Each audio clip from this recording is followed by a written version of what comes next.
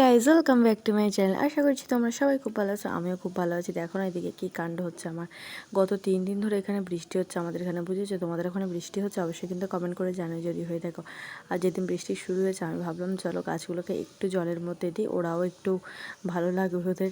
তো ভালোই তো দিতে গেলাম, দিয়ে আর পরে দেখতে পাচ্ছি বৃষ্টি তো কন্টিনিউ হয়েই চলেছে। তারপর আমি ভাবলাম না, চলো এদেরকে সাইড করে দেওয়া যাক, কারণ এদের গোড়ায় যদি একবার জল জমে যায় না, আমি গাছগুলোকে আর বাঁচাতেই পারবো না। ঠিক আছে, অনেক শখ করে গাছগুলো বসিয়েছি। তো যাই হোক, দেখো এই গাছগুলোকে আমি এপারে সাইড করে দিই।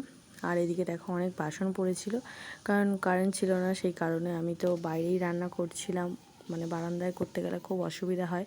ঠিক আছে, আর এদিকে দেখো একটু কাদা পড়ে গেছিলো, তো আমি এগুলো ধুয়ে দিচ্ছি।